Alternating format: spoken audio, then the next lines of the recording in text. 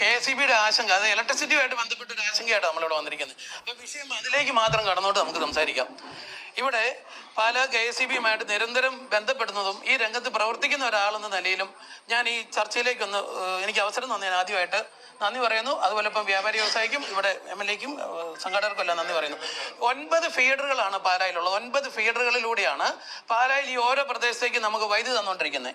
ഈ 9 ഫീഡറുകളും ഓരോ കംപ്ലൈൻറ്റ് വരുമ്പോഴും, അതായത് നമുക്കറിയാം KSEB നമ്മുടെ ഒരു സർവീസ് വയർ മാറുമ്പോഴും പ്രശ്നം ഉണ്ടാകുമ്പോഴും KSEBയിൽ നിന്ന് ഈ ഫീഡർ ഓഫ് ചെയ്യേണ്ട സാഹചര്യമാണ് ഇവിടെ ഉള്ളത്. അതായത് നമുക്ക് 100 കണക്കിന് AB സ്വിച്ചുകൾ പാലായിൽ ഉടനീളം നിൽപ്പുണ്ട്. ആ AB സ്വിച്ചുകളിൽ നിന്ന് നമുക്ക് വേണ്ട രീതിയിൽ മെയിൻ്റനൻസ് നടക്കാത്ത സാഹചര്യം ഉള്ളതുകൊണ്ട് ഈ AB സ്വിച്ചുകൾ പ്രോപ്പറായിട്ട് വർക്ക് ചെയ്യുന്നില്ല. ഇത് മാറേണ്ട സമയം ഈ മഴക്കാലം തുടങ്ങുമ്പോഴല്ല നമ്മൾ ഇറങ്ങേണ്ടത്. ഈ കഴിഞ്ഞ വേനൽക്കാലത്ത് ആ പ്രശ്നങ്ങളുള്ള സമയങ്ങളിൽ അത് മാറി അല്ലെങ്കിൽ പ്രോപ്പർ മെയിൻ്റനൻസ് നടത്താനായിട്ട് KSEBക്ക് വേണ്ടത്ര സ്റ്റാഫോ ഫണ്ടോ ഇല്ല. നമ്മളിപ്പം ഇവിടെ സാറിനെ ഇരുത്തി നമ്മൾ ഉത്തരം പിടിച്ചോണ്ട് കാര്യമില്ല. അതിനെന്ത് സംവിധാനം ചെയ്യാൻ പറ്റും എന്നുള്ളതാണ്. AB സ്വിച്ചുകൾ ഓഫ് ചെയ്യുകയാണെങ്കിൽ ഇപ്പം നമുക്ക് മനസ്സിലാക്കാം, മുനിസിപ്പൽ കോംപ്ലക്സ് ആണെങ്കിൽ അവിടെ AB സ്വിച്ച് ഓഫ് ചെയ്താൽ മതി, അവിടുത്തെ ഒരു ജോലി നടക്കും. ഇപ്പം നടക്കുന്നത് സാറിനറിയാം, ഇവിടെ ഇരിക്കുന്ന KSEBയിൽ ഇരിക്കുന്നവർക്ക് അറിയാം, നമ്മൾ ഇത് ഓഫ് ചെയ്യുന്നത് എവിടെ നിന്നാണെന്നറിയോ? ഇവിടെ നിന്ന് ഒരു ലൈൻമാൻ വിളിച്ചാൽ ഓവർസിയർ വിളിച്ച് നേരെ പറയുന്നു സബ്സ്റ്റേഷനിൽ നിന്ന് ഓഫ് ചെയ്യുന്നു, ആ റൂട്ട് കംപ്ലീറ്റ് സപ്ലൈ പോവുക. അങ്ങനെയുള്ള ഈ മഴക്കാലത്ത് ഓരോ ചെറിയ ചെറിയ സംഭവങ്ങളിലും അവിടെ സബ്സ്റ്റേഷനിൽ നിന്ന് ഓഫ് ചെയ്യുന്നത് കൊണ്ടാണ് ഈ പ്രശ്നം ഉണ്ടാകുന്നത്. അതിന് ശാശ്വതമായ പരിഹാരം എന്ന് പറഞ്ഞാൽ പീരിയോഡിക്കലായിട്ട് മെയിൻ്റനൻസ് നടക്കുന്നില്ല.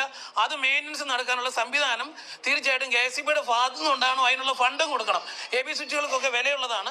അത് മാറ്റി കൃത്യമായിട്ട് വെച്ചാലേ ആ പ്രശ്നം തീരുള്ളൂ. ഒന്നാമത്തെ വിഷയമായിട്ട് ഈ രംഗത്ത് പ്രവർത്തിക്കുന്ന 2, ഈ AB സ്വിച്ചുകൾ ഈ കാര്യത്തിൽ സാറിൽ നിന്ന് മറുപടി ഇതിന് ശേഷം പറഞ്ഞാൽ മതി. റിംഗ് മെയിൻ സിസ്റ്റം എന്ന് പറയുന്ന RMU എന്ന് പറയുന്ന സംവിധാനം പാലായിൽ നടപ്പിലാകും എന്ന് പറഞ്ഞുകൊണ്ടാണ് പാലായിലൂടെ ABC കേബിൾ വലിക്കുന്നത്.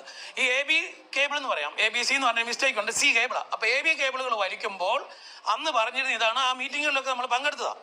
പക്ഷെ സംഭവിച്ച പ്രശ്നം എന്താണെന്നറിയാമോ? ഈ കേബിളുകൾ ലോകത്തിൽ പല സ്ഥലത്തും പരാജയപ്പെട്ട ഒരു സംഭവം ആയപ്പോൾ തന്നെയാണ് പാലായിൽ ഇത് വലിച്ചു തുടങ്ങിയത്. ദയവേത് ഇനിയും ഈ ABC കേബിൾ വലിക്കുന്നതിന് പ്രോജക്റ്റ് ഇവിടെ ഉണ്ടെന്ന് പറയുന്നു. അത് RDSSന്റെ അതായത് സെൻട്രൽ ഗവൺമെന്റ് പ്രോജക്റ്റ് പെടുത്തിക്കൊണ്ട് ഇത് ഇനിയും വലിക്കരുത് ദയവേത്. ഇപ്പോൾ ഇത് ലോകത്ത് ഈ രംഗത്ത് അതായത് ഓപ്പൺ കണ്ടക്ടർ വലിക്കുമ്പോൾ പുതിയ കണ്ടക്ടർ നിലവിലുണ്ട്. അത് സാറിനറിയാം, സാർ ഇവിടെ പറഞ്ഞു കഴിഞ്ഞു, അതിനെപ്പറ്റി പറഞ്ഞു. അതായത് ഓപ്പൺ കണ്ടക്ടർ, ഇൻസുലേറ്റഡ് ആയിട്ടുള്ള ഓപ്പൺ കണ്ടക്ടർ. പണ്ടുണ്ടായിരുന്നത് നമ്മൾ കമ്പി ലൈൻ ആണെങ്കിൽ ഇനി അത് വലിക്കേണ്ടത് ചെറിയ ഇൻസുലേഷനും കൂടി. ഇപ്പം എന്താ സംഭവിക്കുന്നറിയോ? ഈ 2 വയസ്സുള്ള കൊച്ച് 1 വയസ്സുള്ള കൊച്ചിനെ എടുത്തുകൊണ്ട് നടക്കുന്ന പോലെയാണ് അവിടെ പാലായിലെ പോസ്റ്റുകളെല്ലാം നിൽക്കുന്നത്. നിങ്ങൾ ശ്രദ്ധിക്കണം, ഇതൊരു വലിയ പ്രശ്നത്തിലേക്ക് പോയി. ഇപ്പം കാണുന്നത് നമ്മൾ ഈ മീറ്റിംഗിൽ കൂടുന്ന പ്രശ്നമല്ല അടുത്ത കാലത്ത് ഇനി വരാൻ പോകുന്നത്. ഒരു കാറ്റ് വീശിയിട്ട് 83-ലെ കാറ്റിന് ശേഷം പാലായിലോ പരിസരത്തോ വലിയ കാറ്റ് വീശിയിട്ടില്ല. ഒരു കാറ്റ് വീശിയിട്ടുണ്ടെങ്കിൽ ഈ രംഗത്ത് പ്രവർത്തിക്കുന്ന എല്ലാവർക്കും അറിയാം, നമ്മുടെ ഭാഗത്ത് കറണ്ട് പോയാൽ ഇനി 10-15 ദിവസം എടുക്കും. ഇപ്പോൾ ഉണ്ടാകുന്ന ഈ 5 മിനിറ്റിൻ്റെ ഇൻട്രപ്ഷൻ അല്ല ഉണ്ടാകാൻ പോകുന്നത്.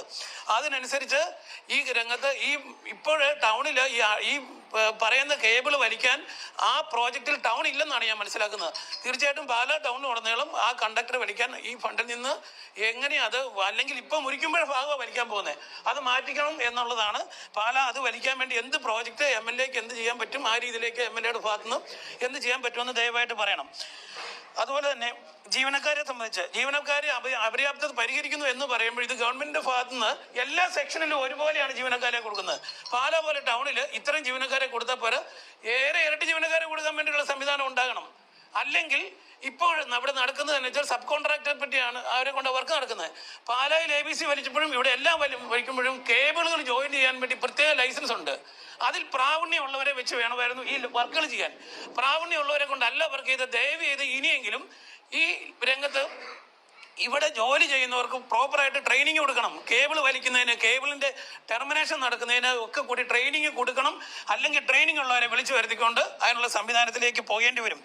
അത് ആണ് അടുത്ത നിർദ്ദേശം. ഈ രീതിയിൽ ഇപ്പോൾ പാലായിൽ നടക്കുന്ന ഈ സംവിധാനത്തിന് ശാശ്വതമായിട്ട് ഒത്തിരി നിർദ്ദേശങ്ങൾ വെക്കാനുണ്ട്. നിങ്ങൾക്കെല്ലാം നിർദ്ദേശങ്ങൾ വെക്കാനുള്ളവരായതുകൊണ്ട് ഏറ്റവും മിനിമം ഈ നിർദ്ദേശങ്ങൾ മാത്രമാണ് എനിക്ക് വെക്കാനുള്ളത്. ഈ രീതിയിൽ കൃത്യമായിട്ട് ഇവിടെ വന്ന് സംസാരിക്കുന്നവരായിട്ട് എല്ലാവരും അവിടെ ഇരിക്കുകയും ഇവിടെ പറയുകയും നിർദ്ദേശങ്ങളും അത് എന്താണോ ചെയ്യാൻ പോകുന്നത് എന്നുള്ളത് പീരിയോഡിക്കലായിട്ട് നടപ്പിലാക്കുന്ന കാര്യമേ സാർ ദയവ് ഇത് പറയാവുള്ളൂ. ഫണ്ടിൻ്റെ അപര്യാപ്തത പറഞ്ഞാൽ എന്നിട്ട് അത് നടപ്പിലാക്കാൻ, അതായത് ഈ ടൗണിൻ്റെ പ്രശ്നം തീരണമെങ്കിൽ ഇനി ഓപ്പൺ കണ്ടക്ടർ ഇനി വലിക്കണം, ഈ പോസ്റ്റായിരിക്കുന്ന ലൈനുകളെല്ലാം അഴിച്ചു മാറ്റണം, ആ ഒരു സത്യം അങ്ങ് പ്രഖ്യാപിക്കണം. കാരണം അതേ നടപടിയുള്ളൂ. ഇനി കേബിളുമായിട്ട് പാലാ ടൗണിലൂടെ ഇപ്പം ഡാമേജ് കിടക്കുന്ന മാറ്റിക്കോ, അല്ലാതെ പുതിയ കണ്ടക്ടർ വലിക്കാൻ വേണ്ടി വന്ന വ്യാപാരി സുഹൃത്തുക്കൾ ഇവിടെ ഇരിപ്പുണ്ട്, നിങ്ങൾ സമ്മതിക്കരുത്. ഈ കണ്ടക്ടർ കൊണ്ടുവരാൻ വേണ്ടി ഇവിടെ പല സ്ഥലങ്ങളിലും KSEB ഓർഡർ ചെയ്ത് വരുത്തി വെച്ചിട്ടുണ്ടെന്നാണ്. ദയവ് ചെയ്ത് ഞങ്ങൾക്കാർക്കും KSEBയോട് MLA ആരോടും പരാതി പ്രശ്നങ്ങളില്ല.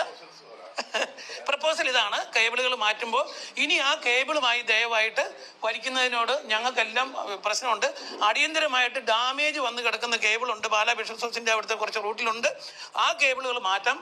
അല്ലാതെ പുതിയ ലൈൻ വലിക്കുന്നത് അതിന് വേറെ എങ്ങോട്ടെങ്കിലും കൊടുത്തു വിട്ടോ, അതിന് പകരം നമുക്ക് കേബിൾ കൊണ്ടുവന്ന് വലിക്കണം. ഇത്രയൊക്കെ പറയാനുള്ളൂ. ഇത്ര അവസരം തന്നതിന് എല്ലാവർക്കും നന്ദി. താങ്ക്